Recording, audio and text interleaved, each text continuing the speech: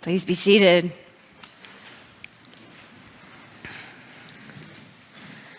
My friend Mary Logan put a song in my head this week, and it has not left me.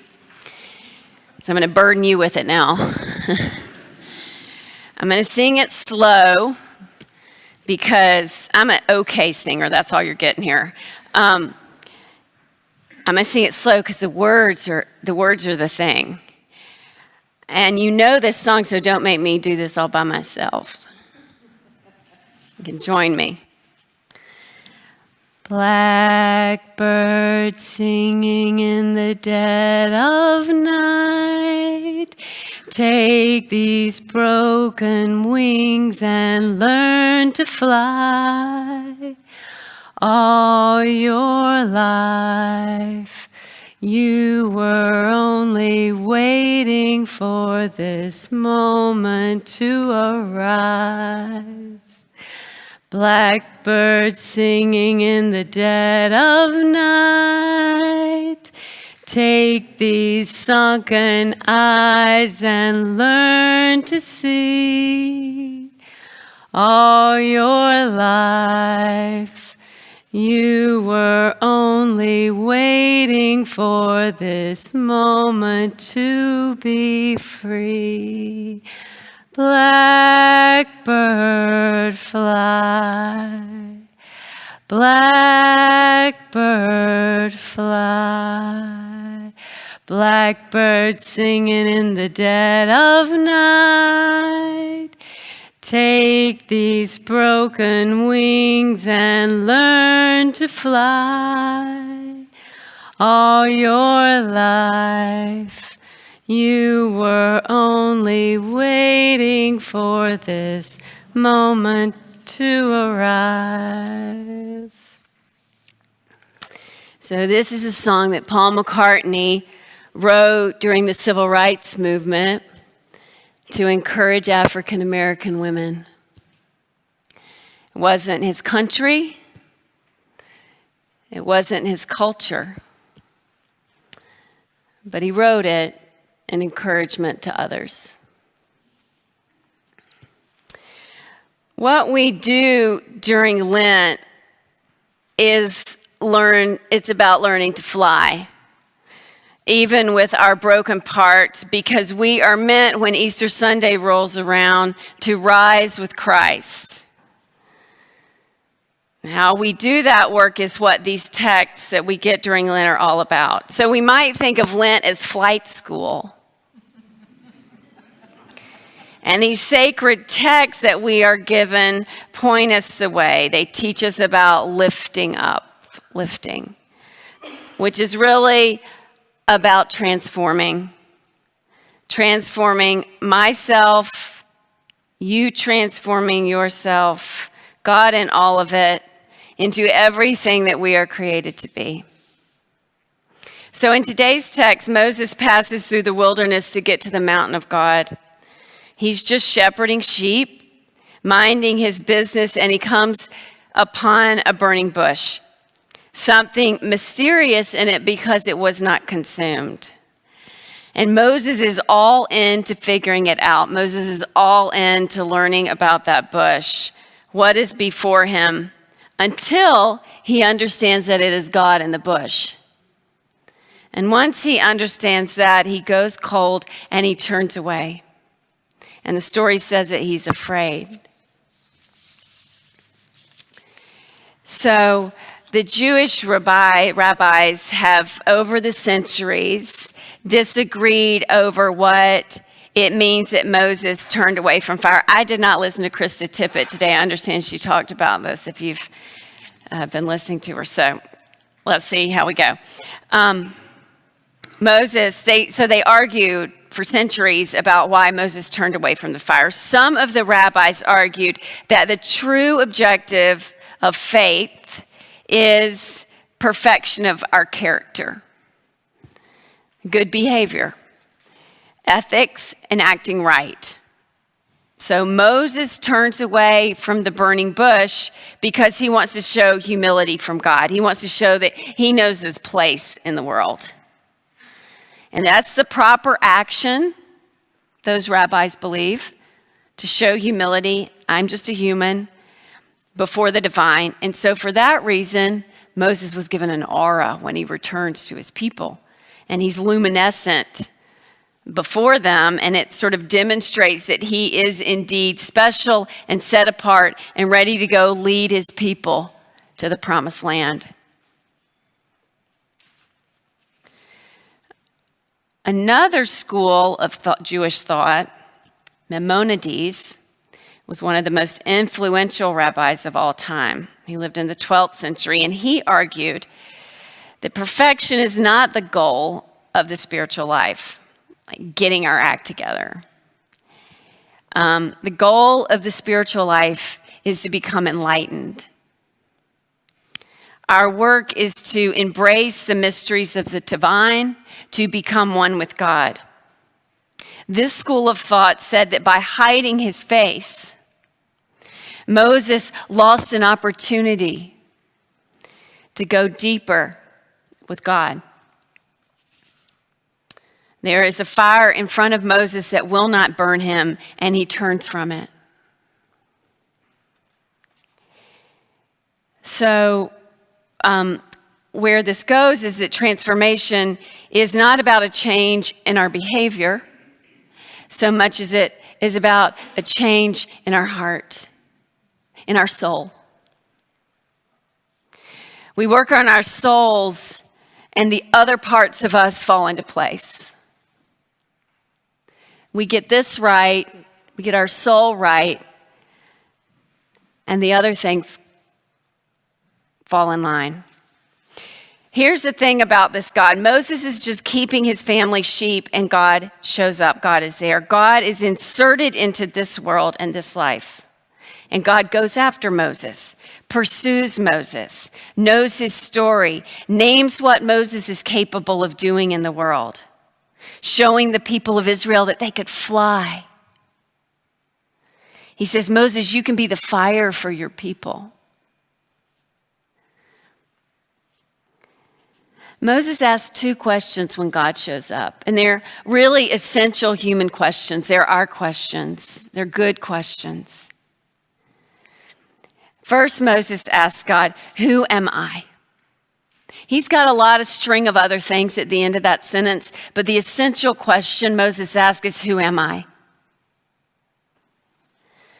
And God answers him, as God does, not like straight on. And God says, I am with you. That's the answer Moses gets. So, who am I? And God says, I am with you. In other words, Moses, you are a spiritual being. You are bound up with God. We are bound up together. That is who you are. Who am I? I am with you. Who am I? God with you. And then comes Moses' second question. Well, then who are you? And God says, I am. Which, is not really an answer. It's a verb. It's the verb to be.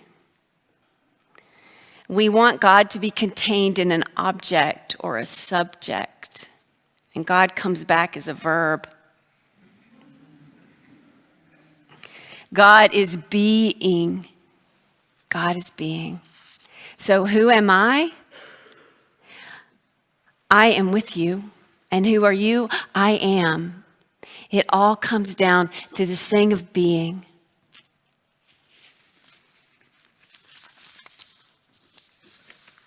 Which means that we really cannot separate the two questions. Who am I and who is God is bound up into one thing, one unitive thing. The answer to who we are is bound up in who God is. And all of it is as small and precious as we are, and as big and as magnificent as God is. This is how Carl Jung talks about it. If you still have not learned from the old holy books, then go there and drink the blood and eat the flesh of him who was mocked and tormented for the sake of our sins, so that you totally become his nature. You stop this denying being apart from God. No more. You should be not a Christian, but Christ. Otherwise, you will be of no use to the coming God.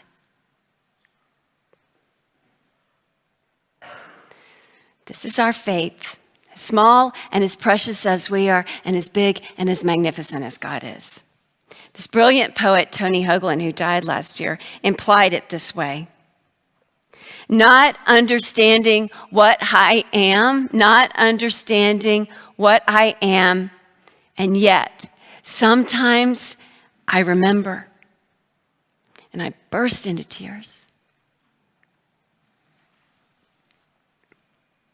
This is not meant to be rare territory, that we are bound up in this way in God, that we are meant to look into the fire, but it is in our world a rare territory. It has become a rare territory.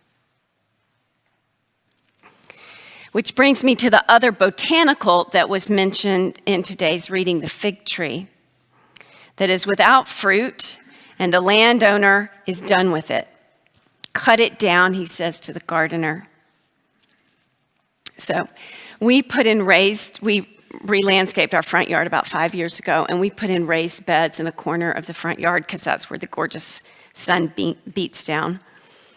And for 4 summers, we had the most enviable vegetable garden in the neighborhood. We had baby lettuces and heirloom tomatoes like popcorn. We grew basil and asparagus. The asparagus is just now coming in good, but it's beautiful now. Beets and spinach and kale and those baby carrots that are all different rainbow colors. It was glorious. This was not my first foray into gardening. I had honed some skills. I knew about fertilizer and water, and I rotated my little crops every year in the beds. And you cannot believe how much credit I took for this garden. Until last year, when the garden grew unproductive and sad. And the plants acted tired all season, and so I just dumped some more fertilizer in there, and I watered some more, and they slumped even more. And then moths started growing, and I adjusted the water, and then there was more moths, and I sort of gave up. Here's the dirty truth about it all. When we put in the garden beds, I had met this farmer in Fairview at the farmer's market, and I was saying, "What do you grow?" And he says, "I grow dirt." Well, I just thought that was so fabulous. So when I put my garden beds in, I tracked him down and I bought his dirt, and we filled those beds with this beautiful soil that he left piled on a tarp from his truck in our driveway.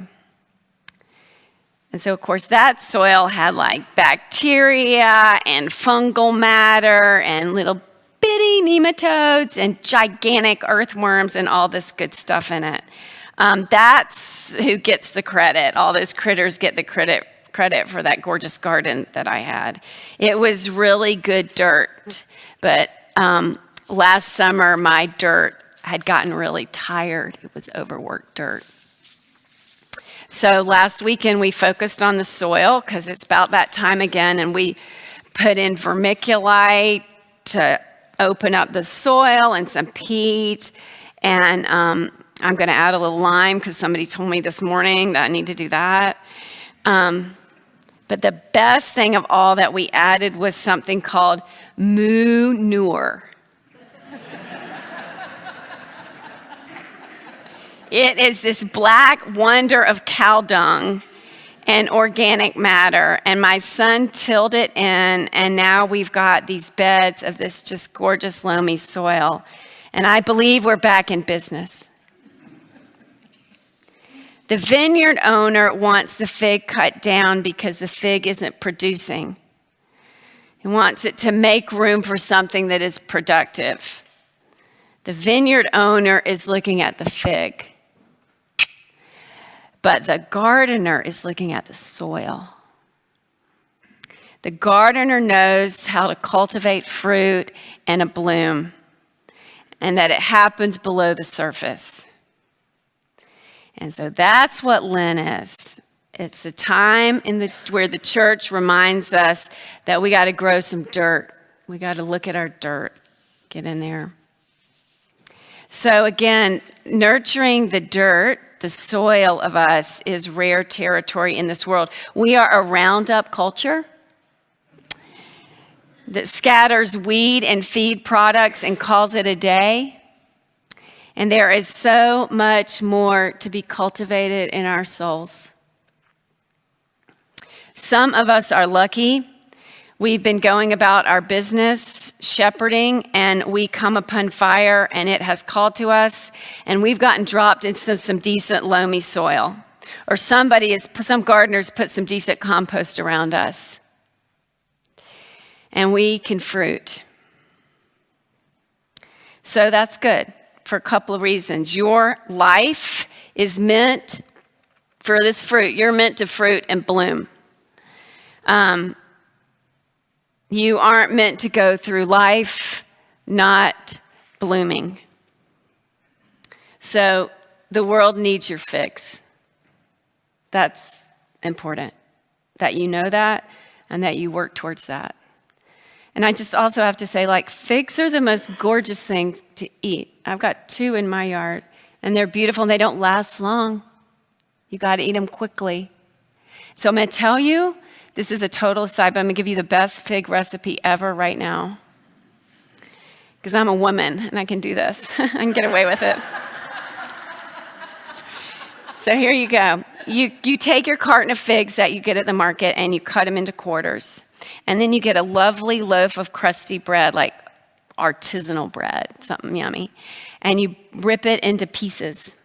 And then you get a thing of mozzarella, not the sprinkly kind in the plastic bag. You got to get the chunky thing. And you tear that up too. So you got figs, you got mozzarella, and you got bread all torn up together in this big bowl. And then you drizzle a really good olive oil on it. And then you put a little cracked pepper on it and Celtic salt, the gray kind. And it's all about your fingers and a nice Chianti or something. It's really good. I give that to you as we got to pursue the figs. This is good. Now, there's that. We are the fig tree. We have to do our work. We are also the gardener. There are trees all around us born to fruit without the soil they need. The gospel today says that even the tree that doesn't bear fruit is worth cultivating. It's worth a chance. So our job is to get our own tree working, and then it is to make soil for the trees around us too, for others. And so people will say, well, we got to be out there doing the work of justice. And I want to say that this is the work of justice. These two things are bound up together. Navigating the fruit of our own lives gives us permission and others permission and is good work in the world. It enables the other trees to bloom, to fruit. Working your own tree will both open your own heart, your own soul, and the soul of the world. So as people of Christ, we are meant to be gardeners of the soul, of lives, Every life cultivated. We cultivate these lives so that we are positioned to cultivate lives in the world. To write songs for people not of our culture, not of our country. I believe the work before us is important and everything is at stake. We will live or die as a species based on our ability to look into the fire and to heal the soil. So who am I and whom are you? Not understanding what I am, and yet in certain moments, remembering and bursting into tears is everything. But this is more. If that isn't enough, it is also not understanding who all is around us. All those little cut off fig trees. And then remembering, and then bursting into tears.